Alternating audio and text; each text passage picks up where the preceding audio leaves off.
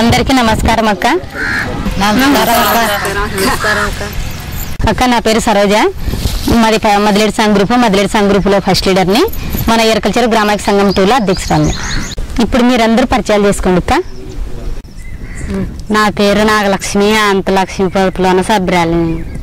నా పేరు దస్తగిరమ్మ, అనంత గ్రూపులో నన్ను సభ్యురాలిని. నా పేరు మార్తమ్మ, అనంతలక్ష్మిల సభ్యురాలిని. నా పేరు ఈశ్వరమ్మ, అనంత గ్రూపులో ఫస్ట్ లీడర్ని. నా పేరు నరసమ్మ, అనంతలక్ష్మి గ్రూపులో నేను సెకండ్ లీడర్ని. నా పేరు మేరమ్మ, అనంతలక్ష్మి గ్రూప్లోన సభ్యురాలిని. మీరు ఈ సీజన్లో ఏమేమి పంటలు వేసుకోవాలనుకుంటున్నారు అక్క? కందులు వేయాలనుకున్నాను. మేము వరి వేసుకోవాలనుకున్నాం అక్క. నేను కంది వేసుకోవాలనుకున్నాను అక్క. మేము వేరుశనగ వేసుకున్నాం అక్క. అక్క మీరు ఈ పంట వేసుకుంటున్నారు కదా, ఈ పంట వేసుకునే ముందు విత్తనానికి విత్తన శుద్ధి చేసుకుంటున్నారా? విత్తనాలు వేసుకుంటున్నాం అక్క. విత్తనం శుద్ధి అంటే మాకు తెలియదు అక్క. NPM పద్ధతిలో బీజామృతం అనేది తయారు చేసుకొని విత్తన శుద్ధి చేసుకోవాలి. విత్తనం శుద్ధి ఎలా చేసుకోవాలో మాకు తెలియదు కదక్క. విత్తన శుద్ధికి బీజామృతం అనేది తయారు చేసుకోవాలి. బీజామృతం తయారు చేసి చూపిస్తాం అక్క. సరే అక్క, బీజామృతము తయారు చేసేది చూపిస్తాము, వెళ్దాం పదండి అక్క.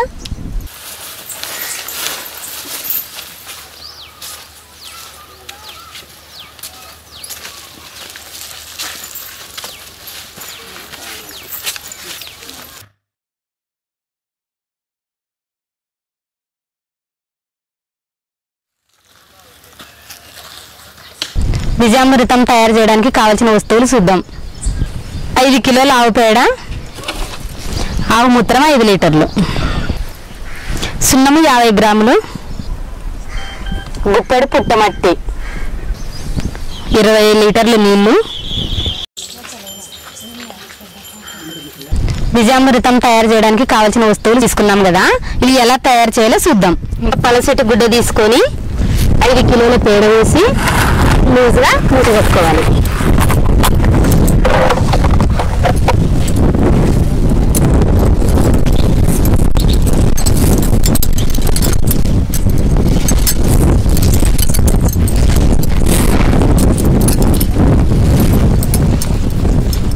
ఈ పేడ మూటని ఒక కర్రకి తొడిగించాలి.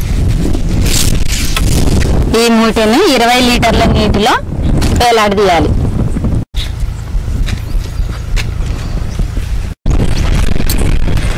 ఇందులో 5 లీటర్ల ఆవు మూత్రం పోయాలి.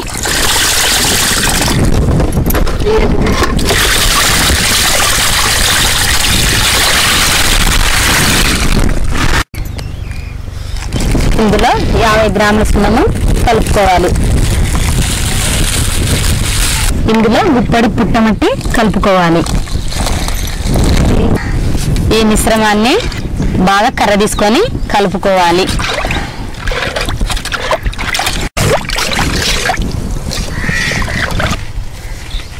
ఈ మిశ్రమాన్ని 12 గంటల వరకు అలాగే ఉంచుకోవాలి.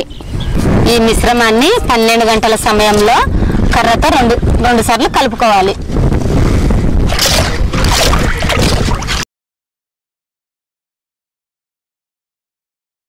ఈ పేడ మూటని 12 గంటల తర్వాత బాగా పిండుకోవాలి.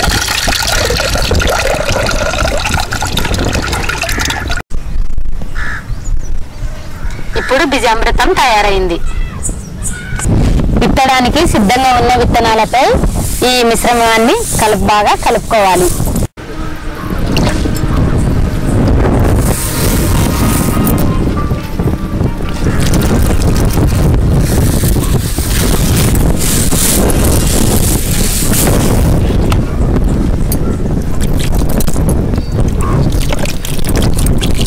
ఇప్పుడు విత్తనాలను నీడలో ఆరబెట్టాలి.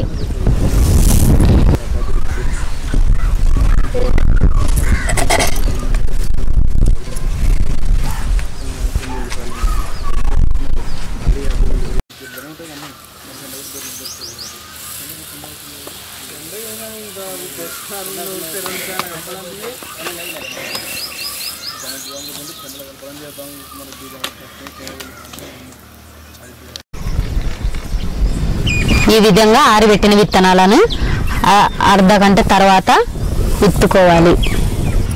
ఈ కందికే నక్క విత్తనం శుద్ధి చేసుకోవాలి, శుద్ధి విత్తనాలకైనా చేసుకోవచ్చా? ఈ కంది కాకుండా వేరుశనగ, వరి, జొన్న, ఆంద్యాలు ఇవన్నిటికి కూడా బీజామృతంతో విత్తన శుద్ధి చేసుకొని విత్తుకోవచ్చు. విత్తనం శుద్ధి చేసుకోవడం వల్ల ఉపయోగం ఏముందక్క? విత్తన శుద్ధి చేసుకోవడం వల్ల మొలక ఎక్కువ శాతం బాగుంటుంది. విత్తనం నుంచి వచ్చే వ్యాధిని నివారించవచ్చు. విత్తనం శుద్ధి తెలిపినందుకు ధన్యవాదాలు. ధన్యవాదాలు అక్క.